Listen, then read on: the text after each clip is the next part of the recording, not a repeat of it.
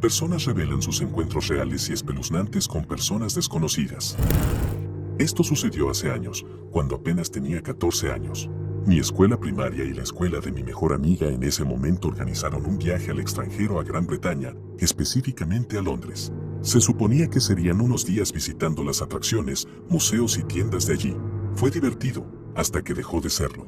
El día antes de que supuestamente nos fuéramos y regresáramos a casa, nos llevaron a las calles con algunas tiendas interesantes. Desde allí podíamos ver el puente de Londres y nos dieron tiempo libre para ir de compras. Y luego, nuestros profesores y guías tuvieron una idea brillante. Nos dijeron que después de que terminara el tiempo para ir de compras, teníamos que reunirnos en una calle diferente a esta. En retrospectiva, estaba como a 100 metros de distancia, pero aún así no deberían haber hecho eso. La mayoría de nosotros nunca habíamos estado en Londres, apenas hablábamos inglés, no teníamos un mapa de la ciudad y los servicios de roaming no funcionaban correctamente. El 90% de los estudiantes se perdió. Me perdí con mi mejor amiga porque nos fuimos en direcciones completamente opuestas. Estábamos confundidas acerca de las indicaciones que nos habían dado. Caminábamos por la acera, mi amiga iba corriendo adelante o se quedaba atrás mirando nerviosamente a su alrededor. No parecía que estuviéramos juntas porque no estábamos interactuando entre nosotras. Supongo que por eso sucedió esto. Mi amiga corrió adelante y se detuvo para mirar a su alrededor, cuando vi que un auto negro se acercaba a mí y coincidía con mi velocidad. Empecé a sentir que esto era una escena de una película. Era pleno día, había mucha gente alrededor y nadie reaccionaba. Estaba confundida y no sabía qué estaba pasando. Luego, del auto salió un hombre y dijo, «Pareces agradable, ven conmigo». Y luego intentó agarrarme. El auto seguía en marcha, así que supongo que alguien más estaba adentro. Quedé atónita, no creía que fuera real.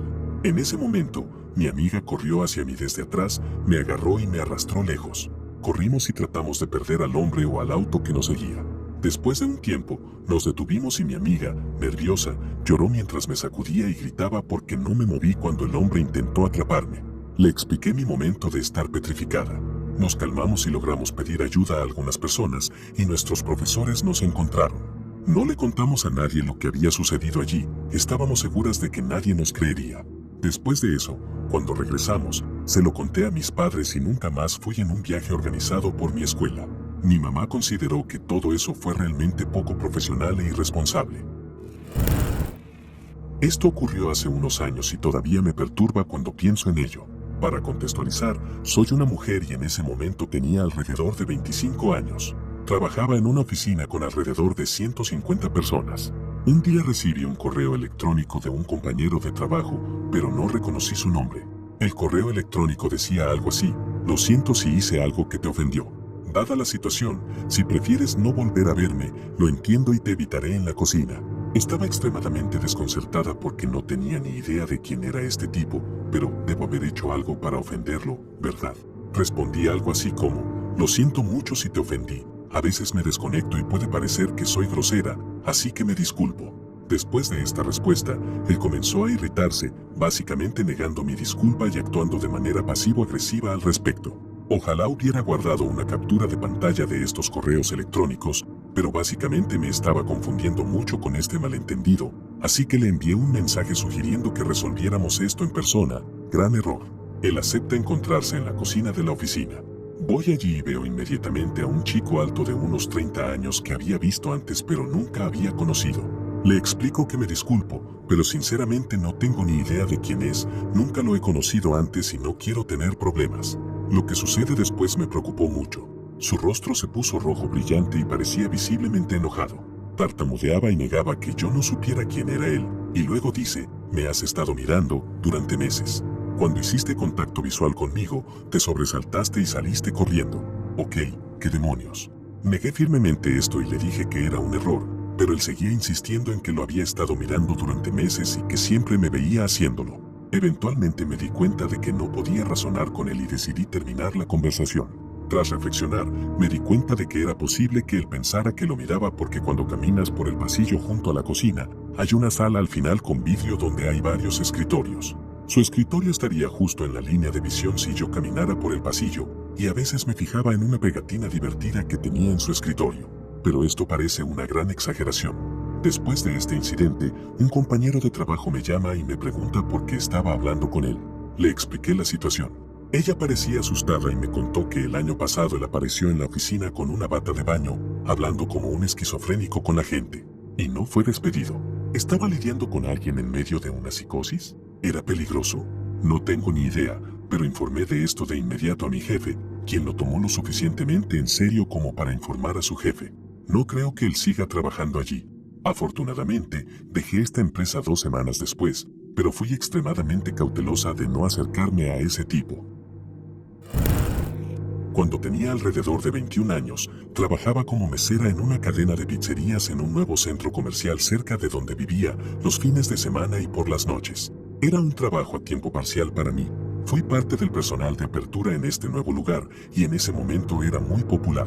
Había varios turnos de empleados y algunos entrenadores que venían de otras ubicaciones cercanas y se quedaban para trabajar en este lugar. Uno de estos cocineros se llamaba John. Era solo un par de años mayor que yo. Era gerente de cocina o algo similar.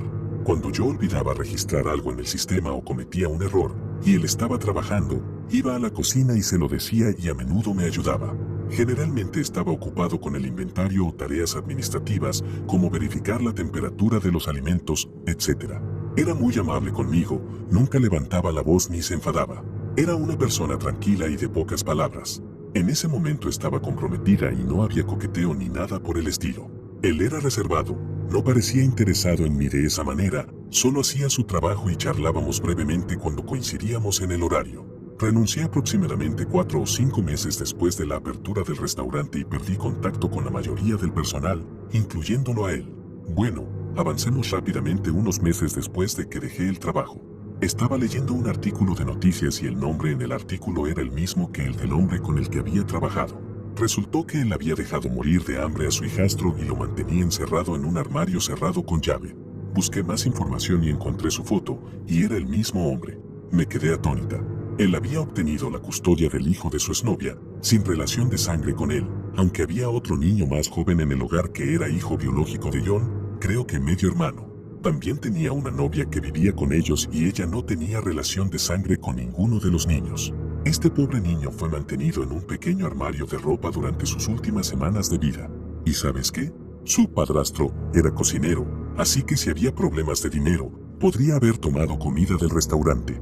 Nadie lo habría sabido. Los empleados tenían una comida gratis en cada turno. Tenía tantas formas de alimentar a este niño. Fue condenado a cadena perpetua. Todavía pienso en este pobre chico que nunca tuvo una oportunidad.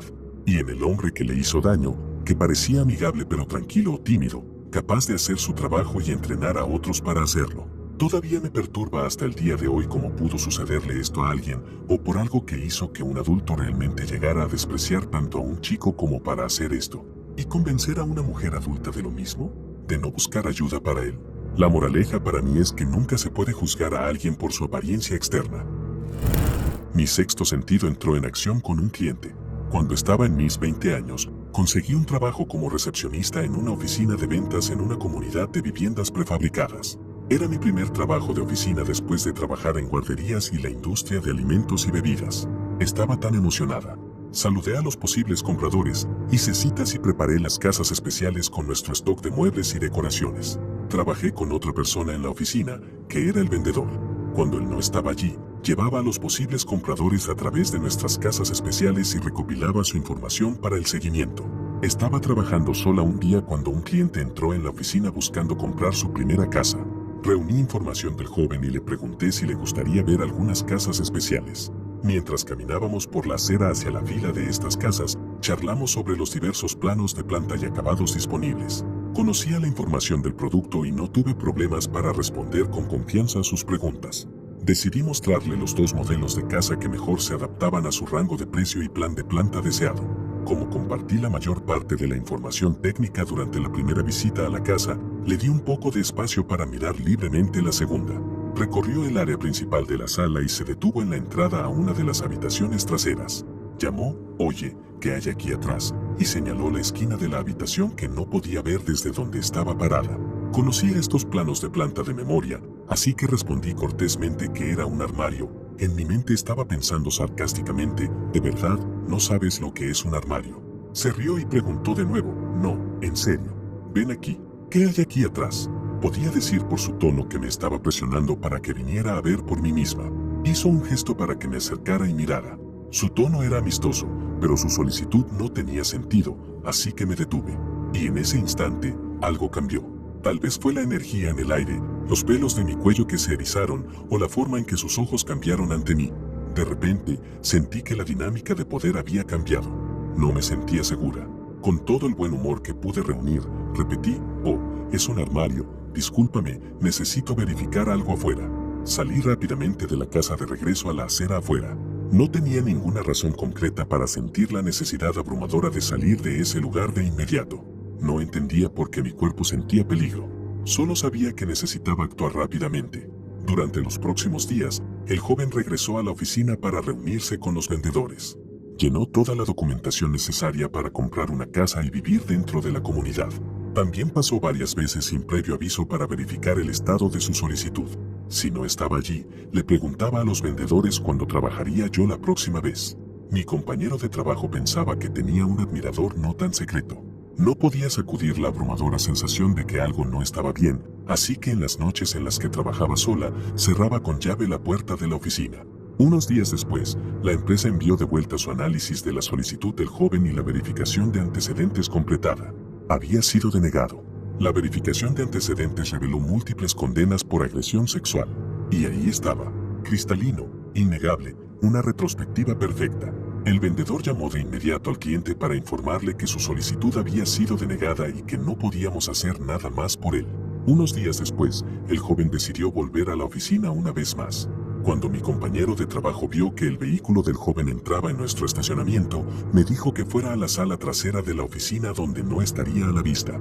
Y como en las veces anteriores, el hombre entró en la oficina preguntando si yo estaba trabajando.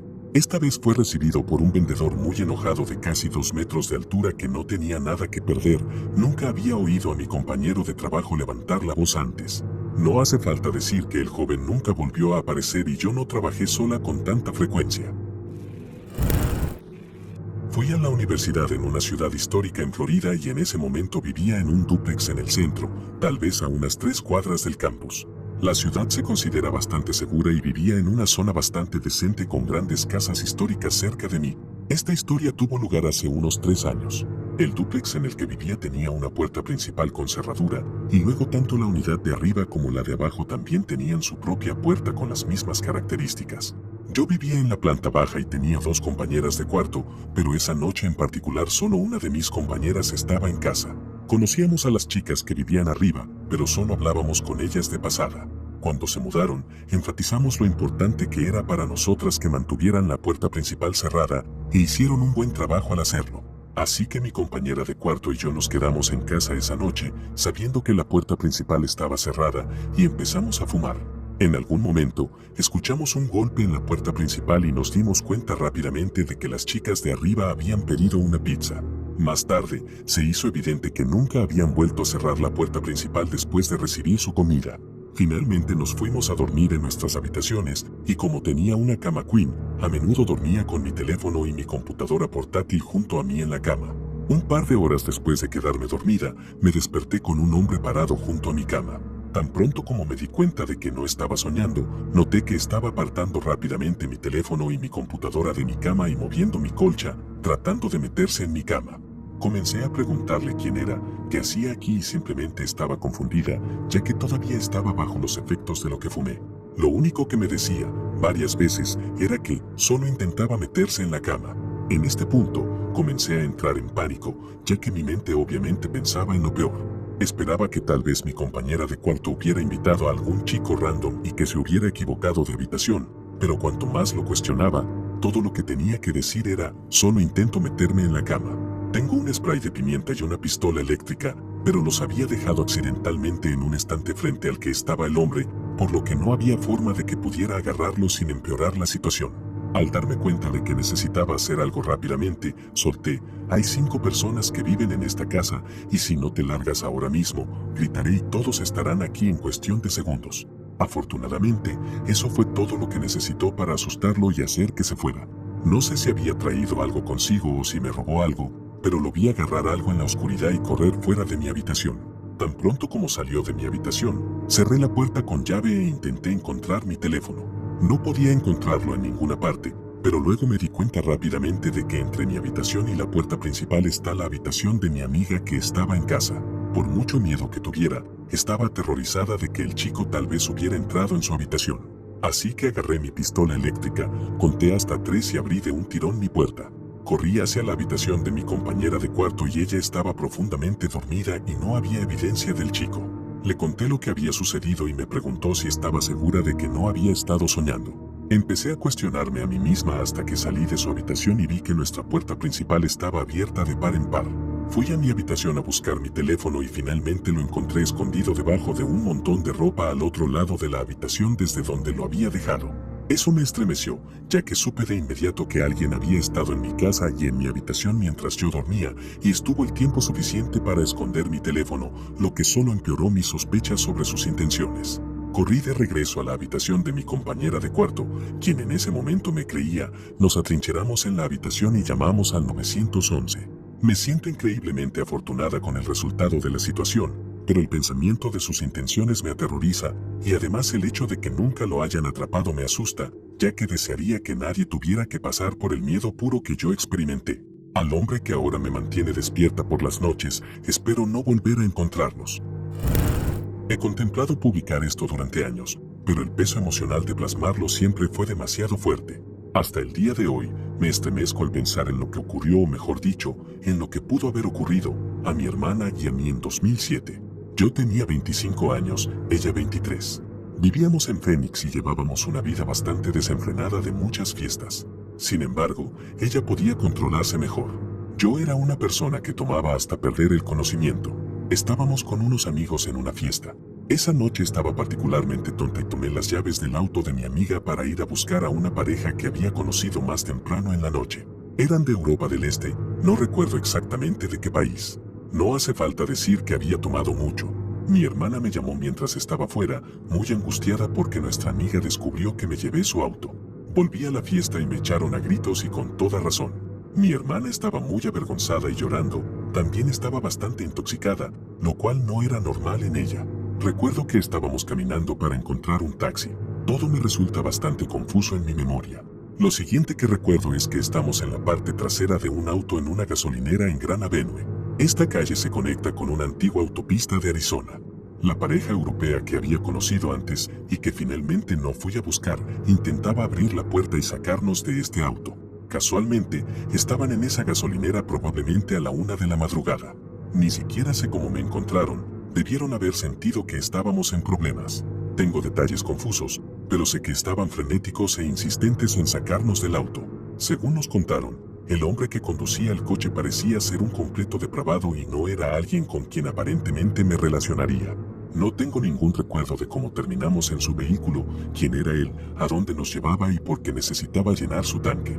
A veces pienso que esa pareja misteriosa eran ángeles enviados para cuidarnos. Tanto mi hermana como yo perdimos nuestros teléfonos al día siguiente.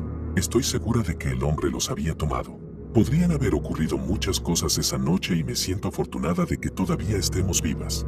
Me atormenta la culpa de haber puesto a mi hermana pequeña en esa situación y cada vez que siento ganas de beber, es uno de los recuerdos que repaso para recordarme a dónde me lleva la bebida.